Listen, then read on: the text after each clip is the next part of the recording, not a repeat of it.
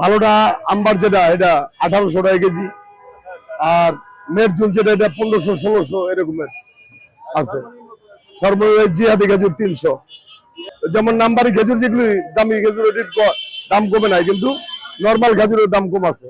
আজুয়া, মেরজুল, amber, তারপরে দাবাজ, তারপর কলমি খেজুর, তারপর আপনার এই যে মরিয়ম, এগুলি পাওয়া যায় আর কি।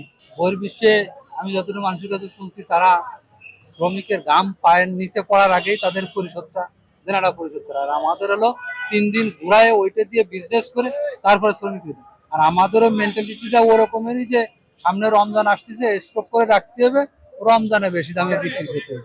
এইটা হলো আমাদের মেন্টালিটি। যতদিন পর্যন্ত আমরা এই মেন্টালিটি থেকে না বেরোতে পারবো, ততদিন পর্যন্ত আমাদের এই দ্রব্যমূল্যের মেন্টালিটি থেকে বের হওয়ার জন্য কি করণীয়? আমাদের প্রত্যেকের বিবেককে জাগ্রত করতে হবে। এইটাই হলো আমার ক্ষেত্রে আমার সজাগ হইতে হবে, আপনার ক্ষেত্রে আপনার সজাগ হইতে হবে, তাহলেই মাত্র এটা সম্ভব। অন্যথায় কেউ এককভাবে বা প্রশাসনিকভাবে এটাকে নিয়ন্ত্রণ করতে হবে। বহু ধরনের খেজুর আছে, 20 পদের খেজুর আছে, 1000 থেকে শুরু করে 400 500 নিচে আর কোনো খেজুর নাই, আর 1400-1600 রুপে কোনো খেজুর নাই। আমি তো খেজুর কিনতে আসছিলাম, দেখছি কয়েকটা, তা দেখে দাম দেখলাম গত 3 মাসে আগে বা তার আগের যে দাম ছিল এখন প্রায় দ্বিগুণ দাম। যেমন আমি একটা মিডিয়াম খেজুর বললাম, উনি বললে খেজুর দাম 2000 টাকা, যেগুলো আমি আগে 1200 টাকা প্রায় 1100 টাকা এরকম কিনছি। তো এই যে দাম হচ্ছে, এই দামে তো আসলে কিনাটা অনেক কঠিন। ওইটা যেটা মরিয়ম যেটা আমি দেখলাম, এটা এখন 2000 টাকা চাচ্ছে।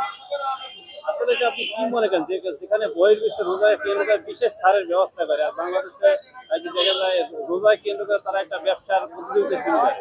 আসলে আমরা দেখছি যে আমরা শুনছি পত্রপত্রিকায় বা টিভিতে যে দুবাই, সৌদি আরব, কাতার বা মিডল ইস্ট যে দেশগুলো আছে, এখানে ম্যাক্সিমাম দোকানে কিন্তু ছাড় থাকে। রমজান উপলক্ষে 50%, 30% এরকম ছাড় দেয়। তার মানে যাতে সাধারণ মানুষের কষ্ট না হয়, তারা সেই চেষ্টা করে।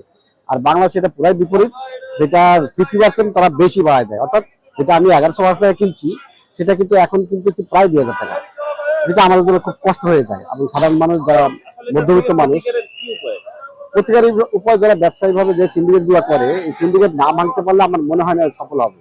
এক্ষেত্রে আমরা সরকারের পদক্ষেপ দাবি করি।